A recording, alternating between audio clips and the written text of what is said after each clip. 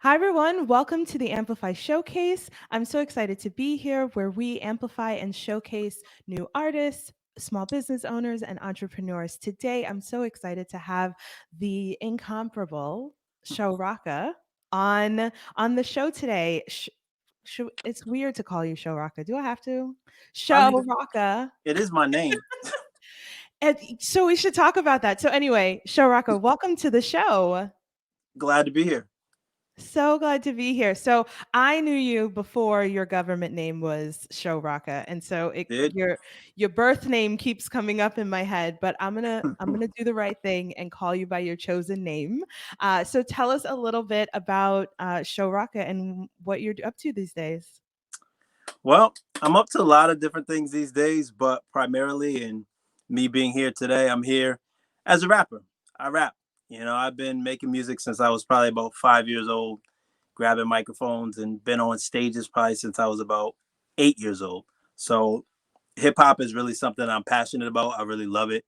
And while it's not my profession, it is something which is more than a hobby. And hopefully, one day I'll be able to make enough money off of it that I won't have to have another profession. So, Right, a day job. Aren't we all hustling? Hustle is the name of the word, right? And I learned a new term from you recently, the grind and the hustle, the the grustle. Grussel, yeah, yeah. That's from my I man love it. 10 Stacks out in New York. He's a rapper out there, but yeah, that's his thing. He coined it the Grussel. And that's what we do. We grind, we hustle. We just got to get to it. We got to get to the money. We got to provide for our families. However, Absolutely. Absolutely. So tell us about your newest album. I okay, grew so up on the woo. I'm working on one now, but the last album that I put out was called I Grew Up on Woo. And it's a special album. It's my favorite album. And, because Wu Tang was always my favorite growing up as a kid. And what it was I was able to find a producer who was able to not so much mimic, but he was able to channel the spirit of Wu Tang. And all of those beats sounded to me like beats that would have been on a Wu Tang album. And I was able to do my take on it. And in working on it, I was actually able to get Young Dirty Bastard, who is the son of the legendary Old Dirty Bastard, and I was able to get him on the title track for I Grew Up on Woo. So I've actually got the Woo on I Grew Up on Woo, and I was pretty proud of that. That's amazing. I didn't even realize that's what was happening there. All right, so let's listen to a couple, like a verse. Let's listen to a verse from this. I grew up Sure. on the woo. I grew up on woo. All my niggas that grew up in the grimy 90s. I grew up on Woo. No wonder I be chefing up classics. I'm razor sharp with the tactics. See, I grew up on Woo. No wonder I'm an old dirty bastard. And why ain't no method to my madness? See, I grew up on Woo. They calling me a genius in my classes when speaking to the ghost face mask. See, I grew up on Woo. Hit money in the deck at my last crib, but only you and God know the address. See, I grew up on Woo. Woo showed me how to bring the ruckus and how to show these suckers that I ain't nothing to fuck with. The only thing I lusted for in my dreams was Oh, that's amazing. That's amazing. So tell us a little bit about how you got connected with, did you say his name is Young Dirty Bastard? Young Dirty Bastard. Yep, he's I love one it. of one of Old Dirty Bastard's kids. He's got a lot of kids. I imagine. So the way that I actually linked up with Young Dirty Bastard was the same way that I link up with a lot of people, and that's Instagram. With especially with the COVID-19, people are bored. Rappers aren't getting any show money, so they're looking for things to do. And one day I actually reached out to him, and he hit me back, and I saw that he had a Connecticut number, and I saw Oh, this number wow. calling. I'm like, who is this calling me with a Connecticut number that I don't know? And he's like, oh yeah, one of my baby mothers is from Bridgeport or Norwalk or somewhere. So that we just get to talking, and eventually, you know, he agreed. He listened to the song. He was like, okay, I like the song. It's cool. And then the next thing you know, we hashed out the details, and I got a Wu Tang feature. That's amazing. That's really, really cool. It's really interesting that you say this about the timing with coronavirus and how it has had an effect on the music industry, and in this case, on collaborations that maybe we don't know if could have happened. If he was Yeah, super busy or if folks were super busy. So there's always I don't want to underplay what's happening in the world right now, but there's always a little bit of innovation and opportunity that comes up when everything gets shaken up. Yeah, and I think what a lot of people don't realize, because of the nature of the music industry right now, and I don't want to talk like I'm like Barry Gordy or Puff Daddy or anything, but I know a little bit about it because Uh huh. I'm everything I do is hip hop all day long. So what a lot of people don't realize is that with the advent of streaming, Mm, rappers and musicians really don't make that much money off music anymore. okay. You say, I'll use myself as an example. If I sell an album on iTunes or on Google Play Store and you buy my album, it might cost you $10. Of that $10, I might get 7 or 8, which is pretty Okay. good. Mm-hmm. Now, if you stream my song, which is what most people do because it's the most convenient thing to do, it's like you listen to Spotify all day. Why would you buy music unless you're just supporting someone because you want to? Mm-hmm. If you stream my album, I get like 1/10 of 1 cent or like 1/3 of 1 cent. So you get no money off streaming. Even if you get 10,000 streams, it's really not a significant amount of money. So Mm-hmm. musicians are making their money off touring. And what was the first thing to stop when COVID-19 hit? It's touring. Mm-hmm. So now rappers and musicians alike are going to have to find other ways to supplement their income.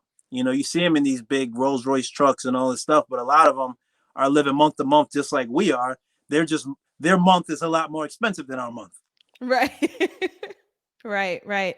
And so I've seen some online festivals are coming about now. Some of the people that I follow are, connecting with. I saw one that was like hosted by the Museum of Natural History, right? Um, but also is on a grander stage, right? Because now it's not just the 5,000 people who could fit in a venue. It's the world. You know what I mean?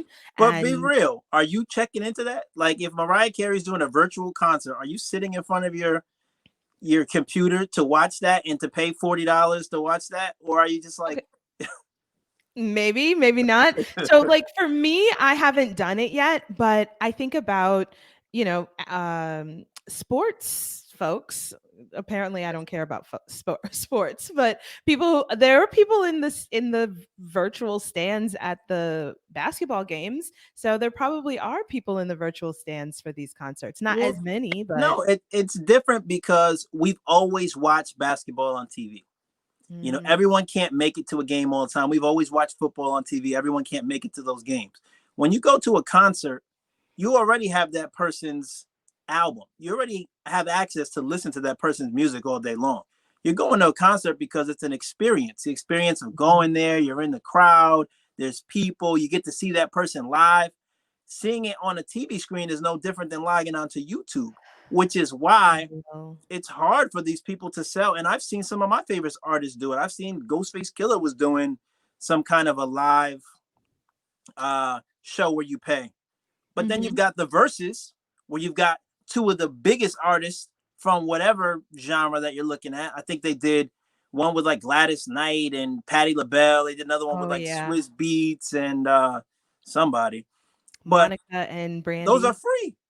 So, It's you true. get the biggest artists for free. And now like the smaller artists think that you're going to pay them $40, $50 to do it just to watch them on a screen. It's tough. It's particularly difficult when we're doing Zoom meetings, we're on screens, you're doing virtual learning, everyone's on a screen all day. The last thing we want to do is be on a screen for fun. It's true. It's Like we want to true. go outside, get some air. I know. Don't we all? I miss air. You're right. I did. I can't even believe it, but I went to a concert the weekend before the lockdown started. Like like the lockdown started on Friday. I was at a concert at the Oakdale the Saturday before, and I Who was it? remember it, huh? Who which concert was it? This guy named Dermot Kennedy. He's a like singer-songwriter type. Country But I music? went with no, it's singer-songwriter, ballady type stuff. Oh, okay. It's an Irish guy. But I went with Renee, our mutual friend of a long time. And I remember she said something like there's certain things that are going to be stuck in your head forever around the coronavirus. And she said, I mean, we could make it into the middle, but it depends on how much corona you want to get, right? Like we were joking about it a week before the lockdown. We had no idea. Oh man, yeah, Um, the jokes. yeah, so the experience of music in I mean it's a reason why people go to concerts, but still music has a way of transforming of like speaking to your deepest darkest or your biggest brightest or your craziest, right? Like all of the emotions you can find in music. And one of the things I like a lot about your music is like you're a super smart guy, like a super smart guy. And I'm just always amazed by the things you talk about and the word choices that you use. Can you talk a little bit about your style and how you come up with your verses? Well, a lot of people rap. I consider myself, yes, I'm a rapper, but I'm a lyricist first. Mm. And when you rap, they call that bars. Like they say, oh, that was a bar. And it's like Mhm. when you come up with something witty, when you use a double entendre, like you say something that makes people go, damn, rewind Right? that. Like, I can't believe he just said that. Like, and sorry, I'm just clicking off my low battery.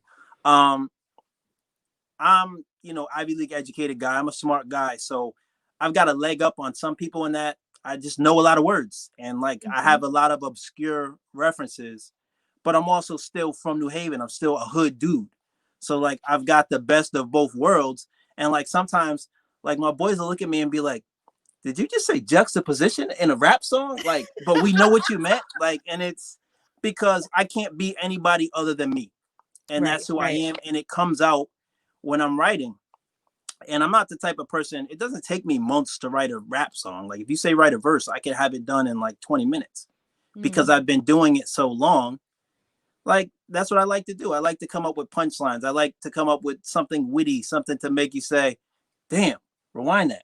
People don't do that anymore. Nowadays, Right. everything, and I don't want to sound like that old disgruntled hater who's like, oh, this young music is whack and I it's mean, you're nothing old now. but yeah, I am old. But the music that comes out now is not focused on lyricism. It's Right. focused on making people dance or making people do drugs or whatever they want you to do at the moment.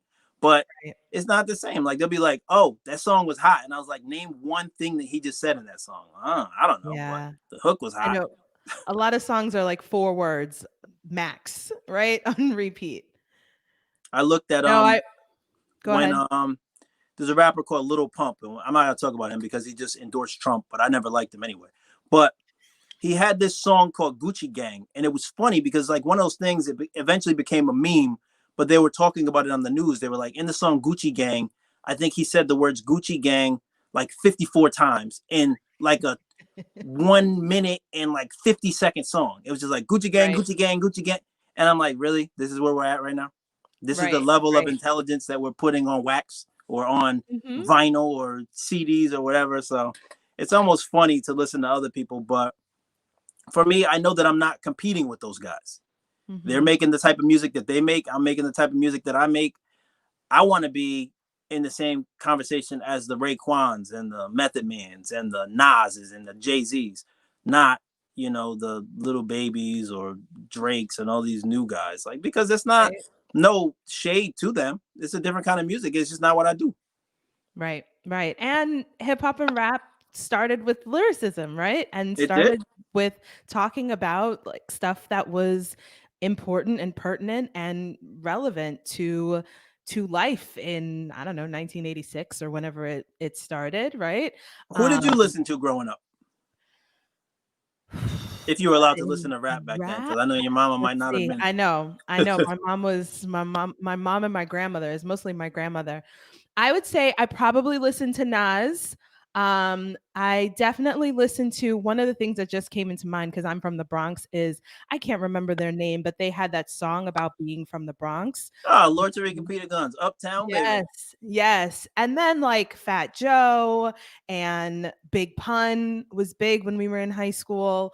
Those were the people that I was listening to. And then of course I had my time with that what was it called? Like Southern, the thing Yeah, when everyone was there, after, right? Trap, When everybody Young was Jeezy, on. Ti stuff. Exactly. Now, to be fair, I have a special place in my heart for Young Jeezy. Is that his name? Jeezy, not Yeah, Young Jeezy. Young Jeezy. I I have a special part in my heart. I don't know how it got there, but it is strong. Jeezy He was the actually man. he really was. And I mean, also in high school was like Mace, right? Like Oh, as I love corny Mace. as Mace is, but I love Mace was him. my favorite rapper in high school. I'm gonna come out and say it. I know everyone's laughing at me, but I love Mace. I know Mace, and who else was in that whole crew? In It was like Mace, the Locks, which is funny because I actually the Locks are met good. Sheik Luch from the Locks Sunday or Saturday. Oh wow.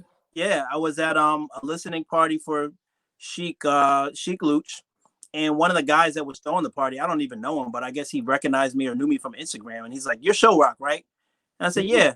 He says, "I'm gonna need you to grab the mic. Just get up there. This guy's gonna play some beats." And I'm like, I haven't been on the stage in 8 years, but when you rap, you Do do what it. you do. Like, give me the mic." And then he introduced me to Sheik, and it was cool. He was it's good when your rap idols aren't assholes in real life. Yeah, So yeah. Come on, little buck. Come on, right? Like speaking of which, makes because space. only because you said that song Uptown Baby with Lord Tariq and Peter Guns, you Yeah. know that Peter Guns is now the new host of Cheaters. Cheaters the show where he Yeah, like how random is that? that's very random. That's I very just saw it random. like the other day. I love it. I love it. But it's kind of cool to go back and, in my memory because I don't think of myself as like a huge rap fan, but I did have probably tied to my adolescence, right? Cuz again, any kind of music if it's speaking to you at the moment really Mhm. speaks to you. And I had like a strong DMX phase Ooh, cuz, DMX everybody is from did. Yonkers, right? I was deep into DMX. Um and uh and there are just times where you just feel like nothing gets it. Nothing can explain it the way like that verse got it. You're like, oh, they must have been thinking about me when they wrote that, right? That was for me.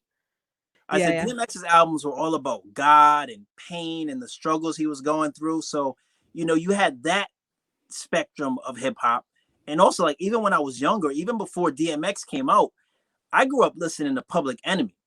So I uh, grew up listening to people rap about pressing problems on Black society, talking about, mhm. Flavor Flav. I remember when I was little, one of my favorite songs was 911 is a Joke. And it basically was about how 911 will show up quickly in white neighborhoods, but in Black neighborhoods, you're going to bleed out. And I remember in my elementary school, we would have like a Halloween parade every day, or not Mhm. every day, every Halloween, and we would come dressed up. And I remember I came dressed up as Flavor Flav with a clock around my neck. Fuck. Like that's even when I was little, like that's what it was. It was hip hop. So Is Flavor Flav from the Bronx? I used to see him all the time in the Bronx. I'm from the South Bronx, and he used I to be think on he's from 100. the Bronx. Yeah, 161st Street. There was a mall over there, and I'm like, why do we see you every Sunday I or think like he every is from Bronx. Saturday, right? Always see him in the streets. It's insane. Yeah, there's something about being from New York, right? Like there's something for me about being from New York and not necessarily feeling like rap and hip hop is my thing, but needing to because it's part of being from New York. It's part of being young and brown and black, right? You just Yeah. it is a good thing to know about because again, it is how you reach the masses, right? And how you reach a certain segment of people with really important information uh, that needs to reach them, right? Or talking Hmm. about things that matter to them in a way that makes people feel seen, right? Makes Black people feel seen because of the struggle, because of all of the different things. It One of was the the things I news. It was the hood the news. It was news. the news that wasn't being reported by mainstream. We were reporting it. Like when NWA came out with F the police, like Right. you couldn't say that on TV, but they did because no one was saying it for them. They were getting beat up in the streets and harassed by the police, and no one would have known. In New York, we didn't know what was going on in Compton. We didn't Mm, know what was going on in California at all. it's true. It's really true. It's Oh my sad that it gosh. took rappers to bring it to light, but I'm glad that it did. It's so true, and I think that we sometimes, as much money as the industry comes in, there's still a way of talking about rap music and about rappers in a way that is not positive, right? No, And I wish that that wasn't the case. I wish it wasn't that you're so smart, but you rap, or you right. rap, but you're so smart, right? Like those things can happen at the same time. And and just the fact that it still comes up as that sort of those things juxtaposed. Well, it's weird because you got two ends of people coming at you. So you've got mainstream society who's like, oh, he's a rapper, so he must be dumb. Not Right. like, I've got an Ivy League degree and a double master's. I'm not dumb. I just rap. That's why I'm good at rapping, is because, I know about a lot of different Words. things. I just so happens I can make them rhyme on a beat. But then you've also got people who are like, I think it's because they grew up in a city where so many people rap, like everybody where I'm from raps, Mm-hmm. and they're to the point where they're like, oh, just grow up, like give it up, like you're not going to get a record deal, you're in your 30s. And it's like, I'm not trying to get a record deal, I'm trying to make music for people that want to listen to it. And Love it. people don't realize that, like, it's okay to have hobbies, but when rap is your hobby, people look at you like, oh my, that's whack. It's like, well, your hobby is knitting, or your hobby is selling t-shirts. Like, you may be Mhm. selling your vinyl printing t-shirts and they're not even that good. Like, you're just taking slogans from somebody else. But Mhm. everyone looks at that as like, oh my God, you're starting your own business. That's great. You're making crafts and you're selling them to people and you're making a $3 profit on each one, versus, oh, why are you rapping? You need to give that up because that's Right. juvenile things. That's Like not it's not juvenile art. because I pay my bills. you know, I don't owe any money. Mhm. I'm not skipping my child support payments to go to the studio. So it's sort of like, it's just a stigma to it. That's all. Yeah. And then let's just talk as we before we go, I want to make sure that we talk. So did you self-produce this album? Did you I guess self-produce is the I term. I did not self-produce this album, but I did record it all in my basement. Oh, cool. So I grew up on Wu has one producer that did pretty much every single beat on it. It's a guy named Mems Beats that I found out of Dallas, Texas. I like one of his beats, started talking to him, and then I just decided to just let him do the whole project. I've got this little studio that you can kind of see behind me when it lights up. Yep. On a laptop, I've got a mic, I've got an interface, I've got some monitors down here. So what I do is I like to record in the privacy of my own home. One, because I don't have to pay somebody by the hour, and two, because I can be on whatever schedule I want. My wife doesn't Mhm. appreciate it, but I do most of my recording at 5 o'clock in the morning. That's where the term, if you go on my Instagram, you'll see a lot of 5 a.m. freestyles. That's because literally at 5 a.m. I was rapping. Now she uses earplugs now, so she doesn't hear it. But it's when you got a 9 to 5, you get in where you fit in. Not only am I working a 9 to 5, I've also got other jobs after the 9 to 5. So I find time to rap because I love it. So whenever I get the time, I do it. That's great.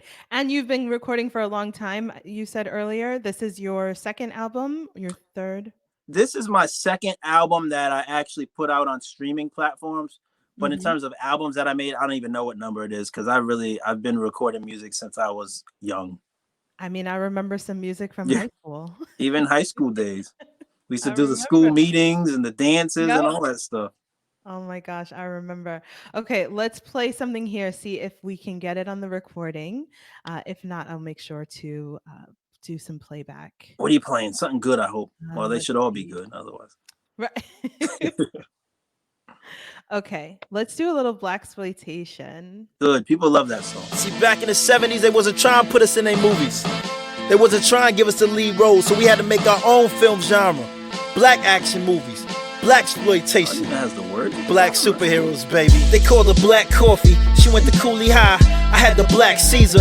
I was Superfly. She was the Cleopatra Jones to my Dolomite. A black woman superhero, cause it's only right. They called her Black Coffee. She went to Coolie High. I had the Black Caesar. I was Superfly. She was the Cleopatra Jones to my Dolomite. A black woman superhero, cause it's only right. Hey yo, standing on 110th Street, looking like Pam Grier. She near with her hustlers and pimps beat. Her full-length fur costs like 10 G's. Inside of the sleeves, a 4-4 bulldog that make men bleed. The envy of every working girl in Harlem. Rob rich tricks and kept the poor from starving. Nighttime, even the white guys would find her. It's facts, they was exploiting blacks before the genre. She always got away, was cool with the old timers. They knew the routine, speak less and say nada. They called her Black Coffee. She went to Coolie High. I had the Black Caesar. I was super fly. She was the Cleopatra Jones to my Dolomite. A black woman superhero, cause it's only right. From just like all the different Blaxploitation movies. Mm-hmm. And it was kind of my take on that. I'm trying to remember what that there was a Pam Grier movie that came out when we were in high school. Original Gangsters. Is that it? Mm-hmm. Because I think Jim Brown was in it too. Yeah. I remember that movie. And I'm pretty sure I was Pam Grier for Halloween one year. I can see that. It's nice to see ourselves on the screen and kicking ass. It's great. And that's what it is, you know. So tell us a little bit about that song. That song, you know, I think that I had just finished Coolie High had come on TV randomly, and I had never seen Coolie High. I'd seen like a lot of other Blaxploitation movies like Pam Grier kicking people's ass, and I always just loved how, one, I always thought she was attractive, and two, I just liked how she was like so badass. Like, we don't have a lot of black superheroes. I mean, we had like Spawn and Luke Cage, but back then it was like she was a superhero. Yeah. So when Coolie High came on the TV and I was watching it, which, to bring it back to hip hop, the only reason that I even knew about Coolie High was because of that Fuji song where Lauryn Hill is like, love Coolie High, cry when Cold Cheese died. I think it was like Ready or Not, one of them. So I'm like, oh, let me watch this movie that they're rapping about. So I didn't even know what that was. And then from there, I was like thinking about all these other old Blaxploitation movies. Went back, started watching them, and then I just got to writing. Yeah, I love it. I love it when life just flows through your fingers, right? And Wu-Tang tells a lot of stories, so I was like, oh, this is my chance to kind of tell a story and see if I can be as good as Wu-Tang is. Oh my gosh. I love it. I love it. Well, why don't you tell us as we wrap up, let's do this again. Why don't you tell us where we can find the album? How can people buy it? Now, the album is called I Grew Up on Wu, and it's on all platforms. So if you've got Spotify, if you got Apple Music, Tidal, if you want to look it up on YouTube, the easiest way to find it is to type in my name, Showrocka. I take pride in the fact that I'm the only Showrocka, and it's actually my real name. It's SHOWROCKA. If you type in on any music platform, you'll find me. Or if you go to Instagram and you type in Showrock without the A, I'll pop up. You'll see a picture of me. I don't know why I didn't make it Showrocka, but now someone else has it, and I can't get it until I find them. I have to beat them up. But for now, it's just Showrock on Instagram. I love it. I love it. And like you said earlier, if you can buy the album, you can get it from Amazon. We'll link it below because that is how you support artists. Number one. Gotta buy it. You gotta buy the CDs. I know it sounds funny because people are like, CDs, who listens to CDs? You gotta buy the physicals, you gotta buy the iTunes, you gotta buy the shirts, the merchandise. If you really want to support an artist, that's what you gotta do, because we don't make any money off streaming. Even 20,000 streams isn't gonna get you enough money to go out and bring your wife out on a date. And that's honest. That's a good point. Just being honest.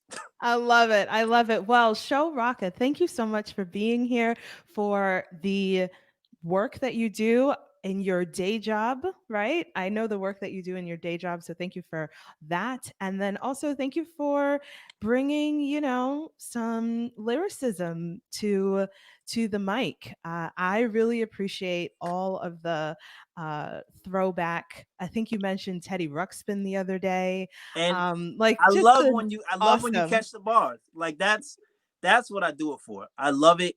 Like, anyone can click like, anyone can put a little fire flame emoji. But when people are like, I like that line, or did he say that? Like, that's what I do it for. I want you to hit rewind on the tape deck that no longer exists. Exactly. And I definitely do. I definitely do. So keep at it. Keep doing what you're doing. And I can't wait to hear what comes, what comes next. More to come. Show, definitely. All right. I be chefing So up until next classics. time. I'm razor sharp with the tactics. See, I grew up on Woo. No wonder I'm an old dirty bastard. And why ain't no method to my madness? See, I grew up on Woo. They calling me a genius in my classes when speaking to the ghost face mask. See, I grew up on Woo. Hit money in the deck at my last crib, but only you and God know the address. See, I grew up on Woo.